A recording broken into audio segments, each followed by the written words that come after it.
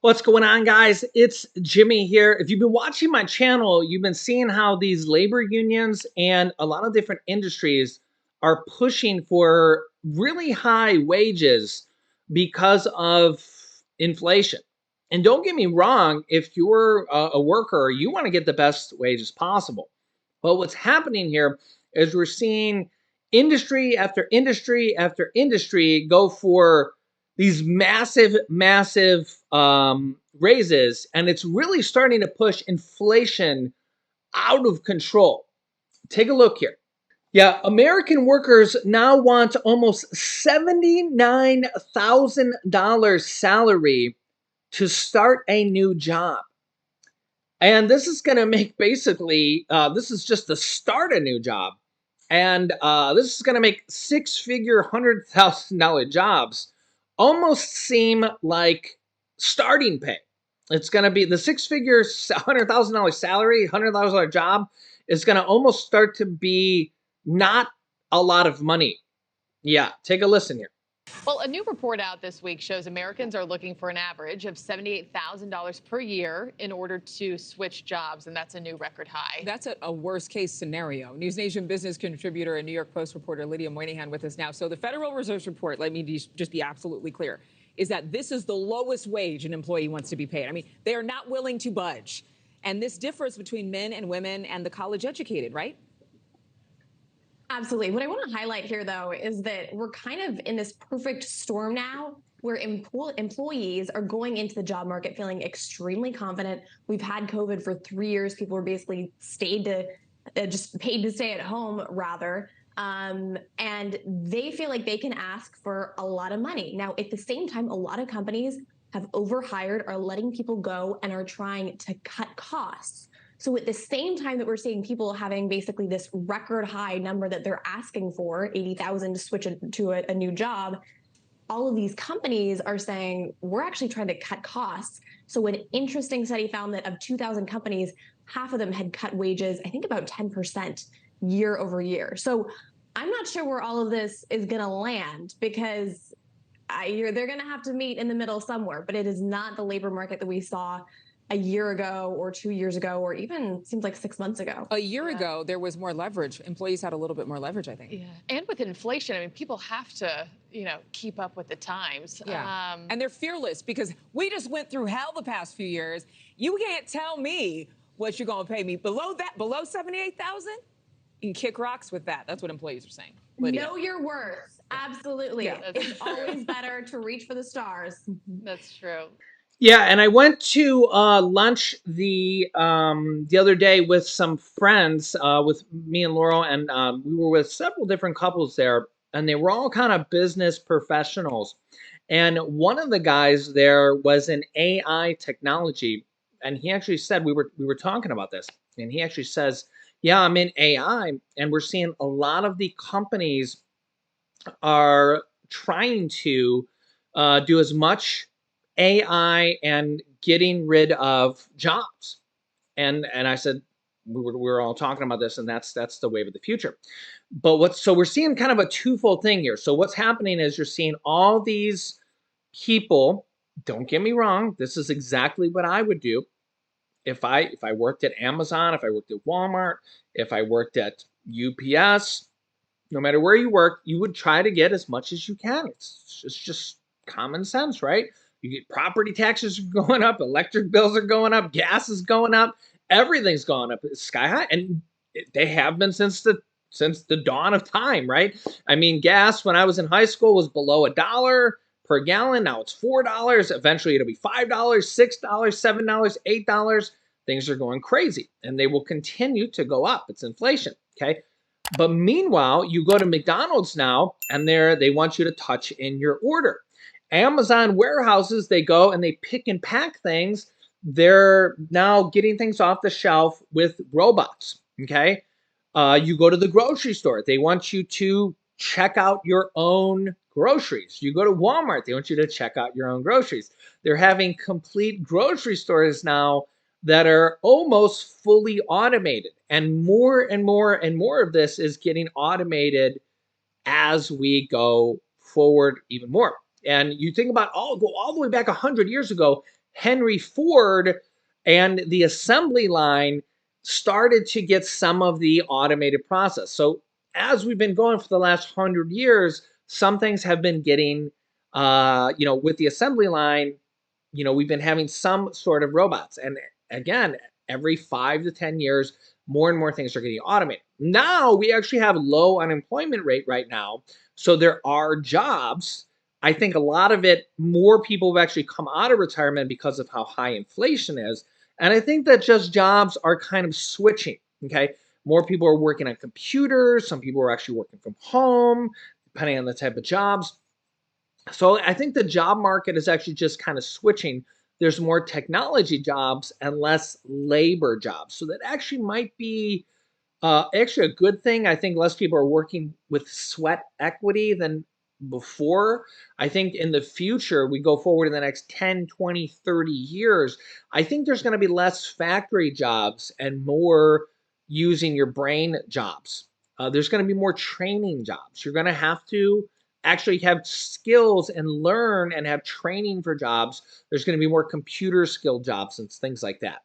I just think this is going to be the wave of the future. I also think that as we see more articles like this, more headlines like this, yeah, I mean, just take a look at this. Auto union workers, auto union boss wants a 46% raise for the auto unions, 32-hour work week in war against Detroit car makers. So they want to get a 46% raise and also go down to a 4-day work week, which is completely just mind-blowing to me. 32-hour work week and double-digit raise. So remember that 46% raise. Remember this 46% raise because the American Airlines just got 46% raise. And I'm seeing this 46% raise. The pilots just got a 46% raise. And I'm seeing this 46% raise across multiple industries now.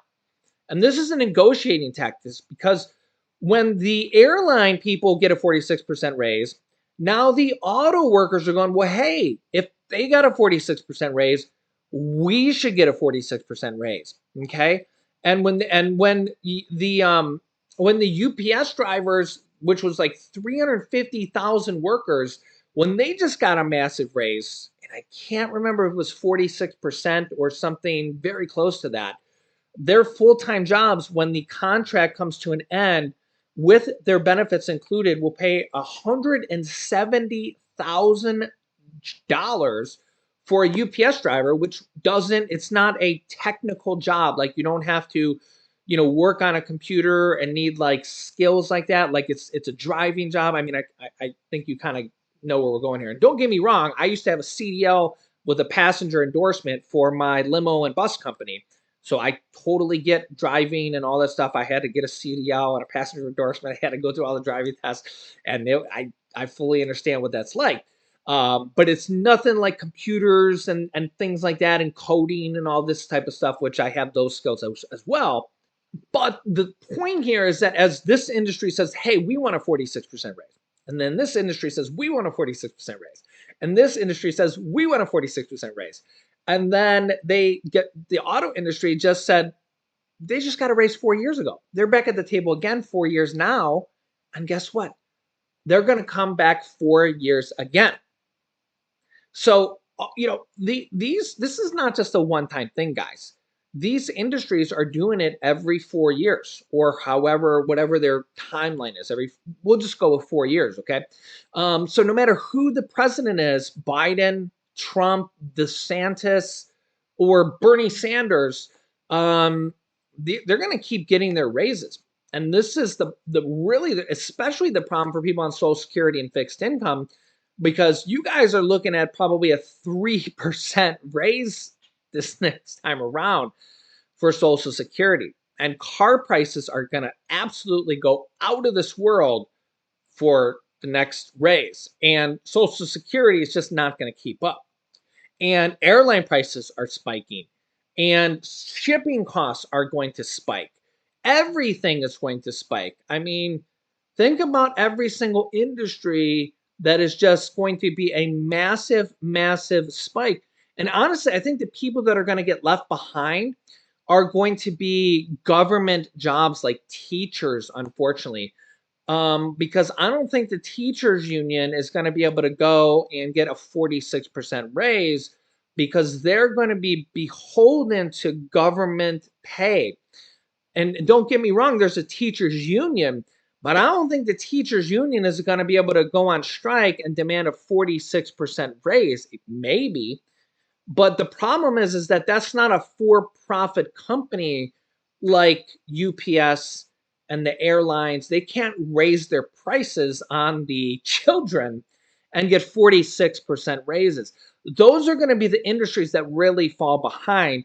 And that's really sad. The policemen, the fire departments, the teachers, the children, those are the industries that actually deserve more. The policemen, the firemen, the teachers that actually deserve to get paid the most and really get left behind the most. And I feel really bad for those brave men and women out there because they're not for-profit companies.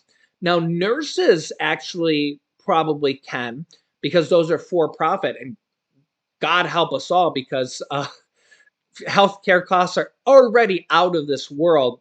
Actually, I think the government needs to do something about it because healthcare costs and college costs are the two things that are mind-blowingly out of control. Like, seriously, like something is wrong with the cost of college and the cost of healthcare.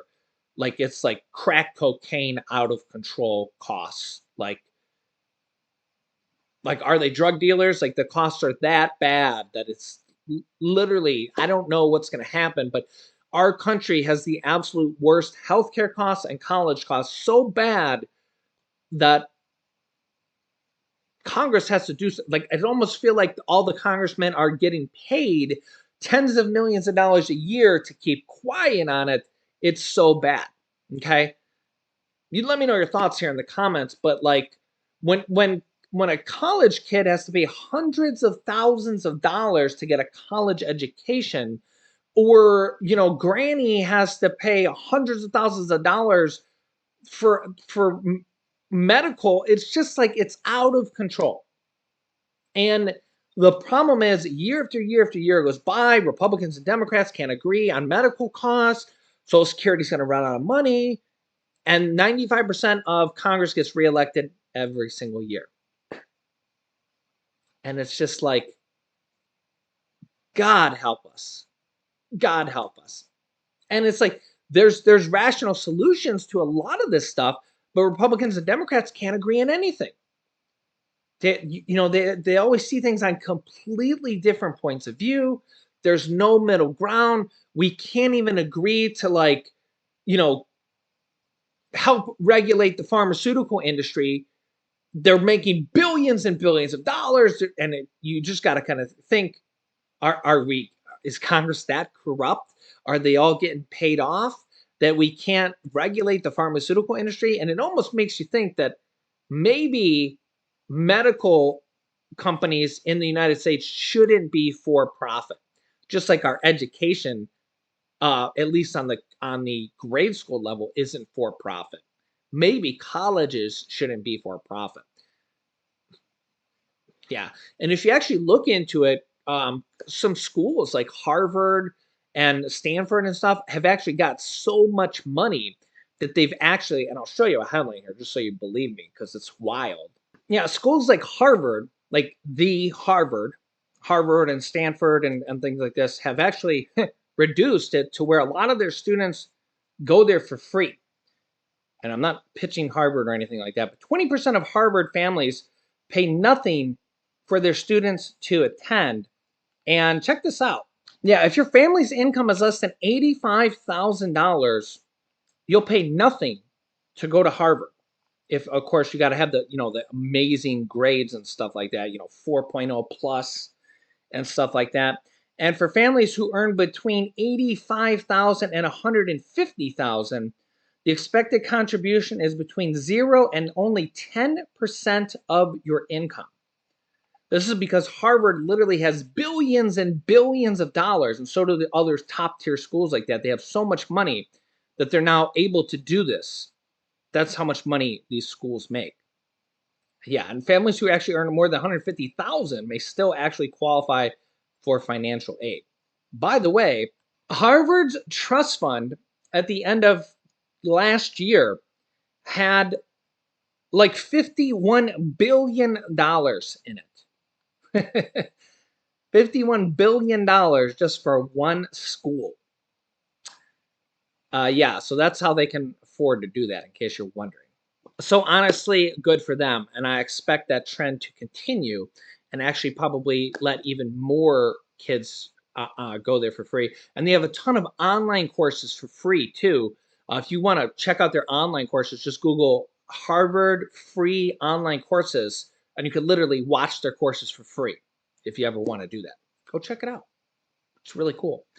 So let me know your thoughts here in the comments. I'll keep you up to date here with a lot of cool stuff like that.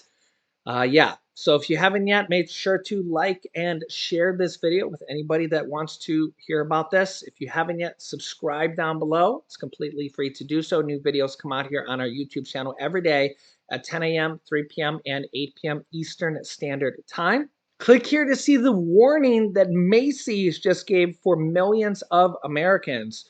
Or click here to see what the banks are doing that you won't believe. Click on one of those videos next. Thanks for watching, guys, and I'll see you in the next video.